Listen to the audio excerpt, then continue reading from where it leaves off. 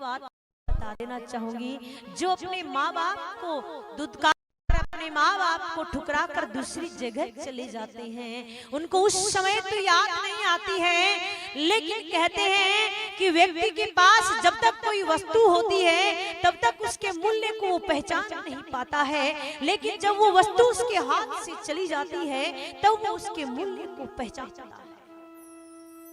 तब उसको पता चलता है कि ये वस्तु कितनी कीमती थी तुम्हारे लिए। तो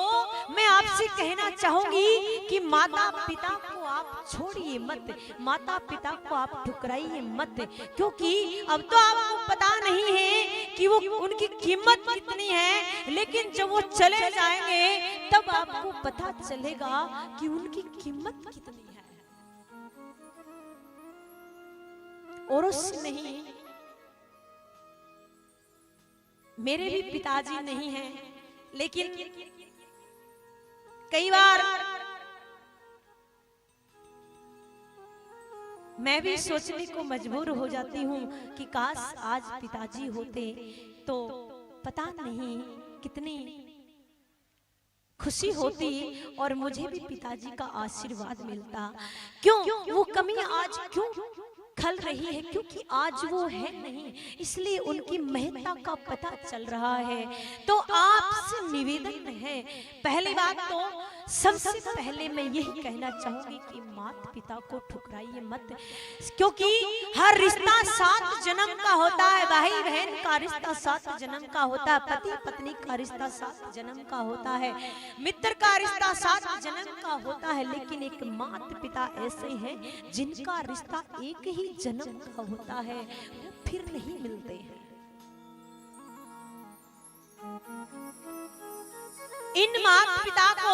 मझधार में मत छोड़िए, मतलबी मत बनिए कि पत्नी आ गई है अब तो इसको लेकर हम पता नहीं कहां चले जाएंगे। अपने आप में मतलबी मत होइए, उस माँ के लिए भी सोचिए जिस माँ ने आपको 9 महीने तक गर्भ में रखा है, कितने कष्ट सहे हैं, कितनी उम्मीदें आपसे हैं, और आप 1 मिनट के अंदर उनके सपनों को चूर चूर कर कर चले जाते हो।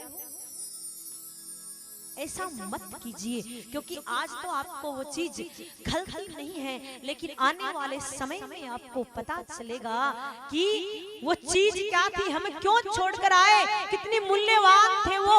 कितने कीमती थे वो, और हमारे लिए तो देवता थे वो, हम देवता को छोड़कर आ गए, हम देवताओं को ठुकरा कर आ गए। ऐसा मत कीजिए। और जिन निर्भाग ने ऐसा कर दिया है, जो सबसे ज्यादा जो अच्छी संतान है उसने अगर ऐसा कर भी दिया है, तो आपके मध्य आपकी बेटी बैठी है, आपको घबराने की जरूरत नहीं है, आप तो निसंकोच होकर अपनी बेटी के यहाँ चले आइए। आज वो मैया मेरे पास पहुंची थी, बड़ा दुख हुआ उन माताओं को देखकर मुझे, तो आपको घबराने की जरूरत नहीं है। ये इतनी व्यथा इसलिए मैंने बताई आपको कि आपकी बेटी की यहाँ भी वृद्धाश्रम चल रहा, गौशाला चल रही है, लेकिन ये सब आपकी बेटी लगी हुई है प्रयास में, आपकी बहन लगी हुई है प्रयास में, सेवा करने में, लेकिन अगर थोड़ा थोड़ा सहयोग अगर आपने भी कर दिया तो जो पुण्य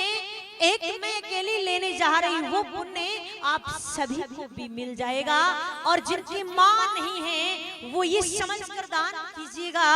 कि हम भी वहाँ बैठे एक वृद्धाश्रम में वृद्ध माता की सेवा कर रहे हैं, एक अपनी माँ समझकर। तो जितने भी भक्त यहाँ बैठे हैं जो गौ माता की सेवा करना चाहते हैं, वृद्ध माताओं की सेवा करना चाहते हैं, साल में 2 बार गरीब कन्याओं की शादियां होती है, उनके सहयोग में भी जो दक्षिणा देना चाहता है, तो पीछे श्यामा किशोरी गौ सेवा समिति का कार्यालय लगा हुआ है। जिनकी जो इच्छा है, जिनकी जो श्रद्धा है, जिनका जो भाव है, उसी हिसाब से आप दान कीजिए, दान खुश होकर कीजिए। कहते हैं कि दान वही फलित होता है